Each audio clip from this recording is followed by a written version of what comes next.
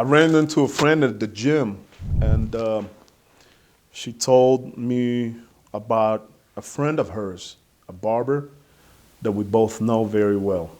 And he raised his prices. And she said, I cannot believe it. David, why did he raise his prices? It's a very tough question. Why are barber prices so high? The reason barber prices seem high or they go up is clients. Not all clients will understand this. Some do, some understand it, especially the ones who have been self-employed. But most clients don't understand it. Why? Because I want to get a haircut, and clients think I want to get it cheaper. But you have to think of it from a barber perspective. If I'm cutting your hair, after about working in a barbershop for a year, you realize, do I really want to do 10 haircuts for $15?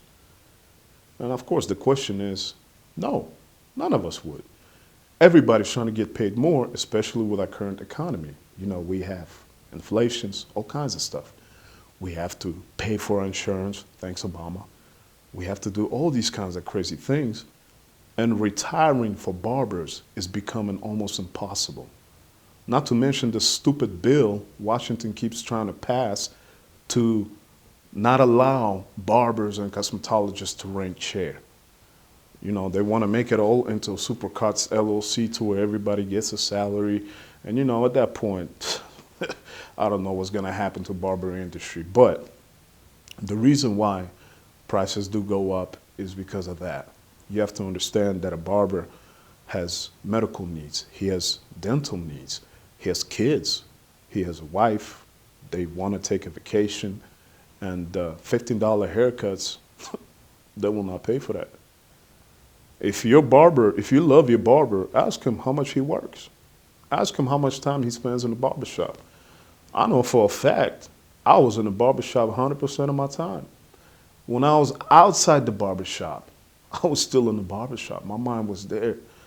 On my Instagram, my wife laughs and she's like, I hate it. All you got is haircuts. Because guess what? Every free minute I get, I'm looking at other barbers' work.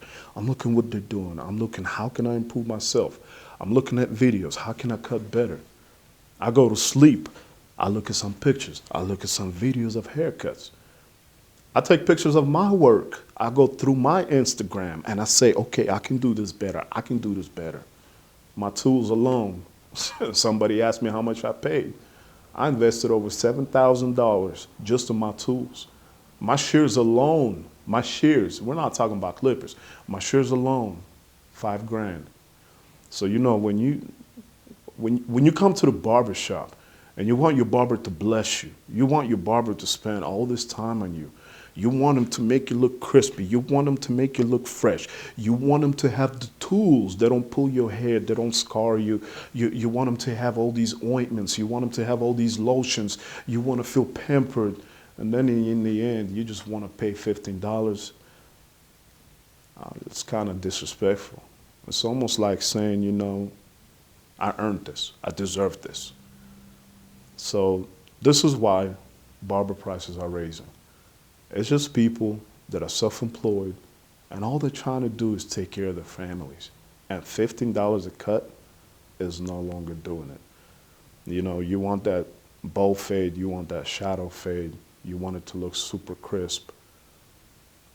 You got to understand that you got to want to pay for it as well. And if you don't want to pay for it, you cannot expect a great cut. And it's just the nature of the beast. It's the nature of the beast. I didn't make the rules. I just play by them. And ever since I worked in the barbershop, before I even started working in the barbershop, I always tipped my barber $5. Always. It was just like, man, I love you, man. And it paid off because when I needed a haircut, guess what? I said, can you squeeze me in? And you know what my barber always said? Yeah, I got you. Why? Because I had him.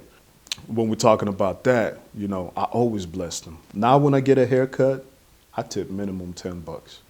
Not because I'm rich, but because I know how much effort, how much time it took for my barber to bless me. You don't see that? Y'all see that? Symmetry. He took his time, lined me up, cut me up. And when I get out of the chair, I want him to feel the same happiness that I feel on my head. I feel like, yes. And I want him to take the money that I gave him, put it in his pocket, and I want him to say, yes. It's a mutual relationship. We feed off each other.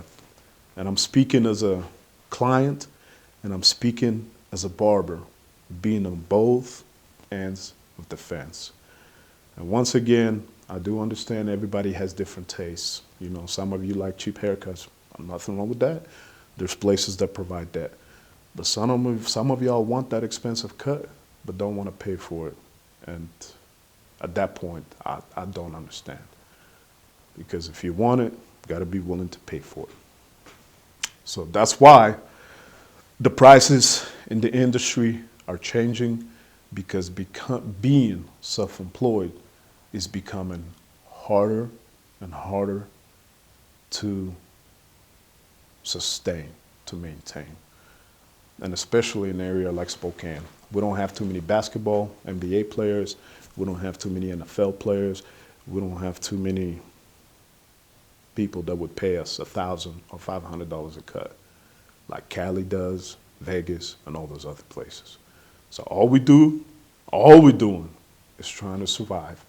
And you know, some maybe are unreasonable. You know, if your barber's charging high prices, but the quality's not there, dump them. Go find another one. But if your barber is charging a decent price, but the quality is there, you should be happy, because he provides consistency and love for you at all times.